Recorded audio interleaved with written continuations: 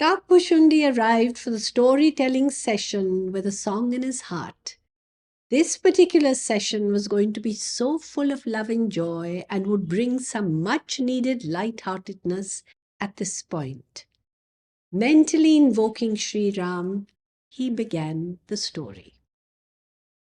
Sri Ram told Vibhishan to rule over Lanka for a whole cosmic cycle, keeping him, Bhagwan, in mind, and that thereafter Sri Ram would grant him his own abode. Vibhishan instantly placed his whole kingdom and treasury at the disposal of Sri Ram. He wanted Sri Ram to visit and sanctify his abode after washing away the fatigue of battle. But Ram was in a hurry to return to Ayodhya and meet Bharat, who had been valiantly keeping things in order since the last 14 years. Sri Ram was concerned that if he did not reach Ayodhya on time, he would not find Bharat alive. So he told Vibhishan that the best service he could render him was to help him get back to Ayodhya as quickly as possible. Vibhishan immediately offered his celestial chariot to Sri Ram and also asked him to reward the monkeys with whatever he pleased before departing. Sri Ram instructed Vibhishan to load the celestial chariot, Pushpak Viman, with numerous clothes, ornaments, jewels, and other good things. He then asked him to fly the chariot to a certain height and from there shower down all the clothes and jewels stacked in it. Vibhishan did as instructed. The bears and monkeys looked on in wonder until Sri Ram informed them that they could help themselves to whatever appealed to them. Being monkeys, they first put every object into their mouths and then quickly spat them out when they realized that these were not things to eat. Then, wearing the clothes upside down, they preened themselves before Sri Ram, asking him how they looked. Sri Ram, Sita Devi, and Lakshman all burst out laughing. What is noteworthy, said Kakbhushundi, is that whichever body enables us to serve Bhagwan is indeed the most beautiful body of all. See how the monkeys and bears were able to render such great devoted service to Bhagwan despite their animal bodies. And, continued Kakbhushundi, the great thing about Sri Ram is that no matter how much japa, tapa, dana or karmas human beings may do, Bhagwan never showers as much love and grace on them as he does upon those who approach him simply out of love.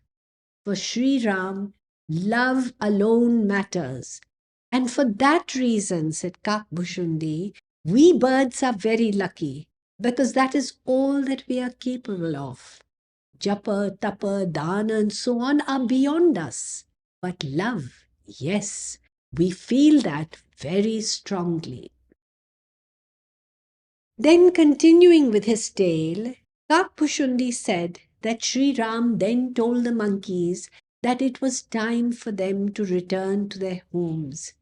He urged them to always remember him and to remain fearless.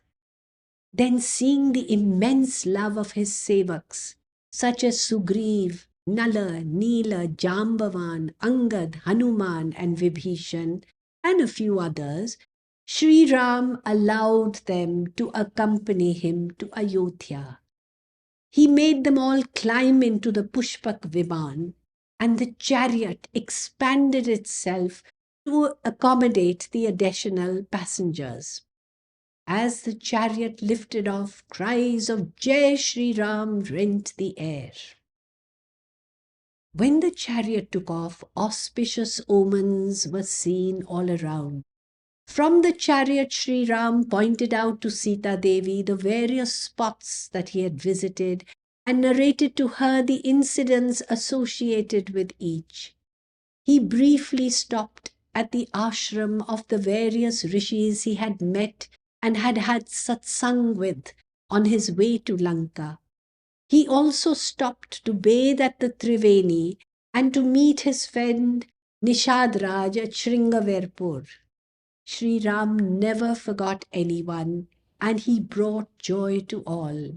Seeing him together with Sita Devi, all who set eyes on him felt that their lives had been fulfilled. As the Pushpak Viman neared Ayodhya, tears of joy flowed from Sri Ram's eyes. He was seeing his homeland again after 14 long years. Stopping outside the city, Sri Ram sent Hanuman in the guise of a young Brahman boy to go and give Bharat the news of his well-being and also to bring back news of Bharat.